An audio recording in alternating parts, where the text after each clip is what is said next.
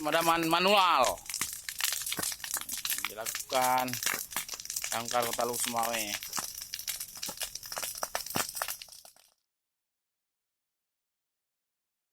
Lahan sekitar 1 hektar di perbatasan Desa Blangporoh dan Desa Cotsabong, Kecamatan Muara II, Lok Seumawe. Pada Senin, 16 September 2024, sekitar pukul 19.30 waktu Indonesia Barat terbakar. Untuk proses pemadaman api, 2 unit damkar dari Pemko Lok Seumawe sempat dikerahkan ke lokasi. Proses pemadaman api melibatkan TNI Polri, relawan ERPA, RAPI, dan masyarakat sekitar. Kasih Pemadam Kebakaran Kota Lok Seumawe, Ibrahim menjelaskan, pihaknya mendapatkan laporan adanya kebakaran lahan di lokasi tersebut sekitar pukul 19.30 WIB.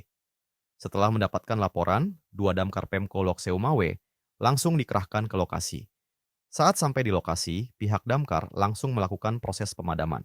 Sekitar 1 jam kemudian, api pun berhasil dipadamkan.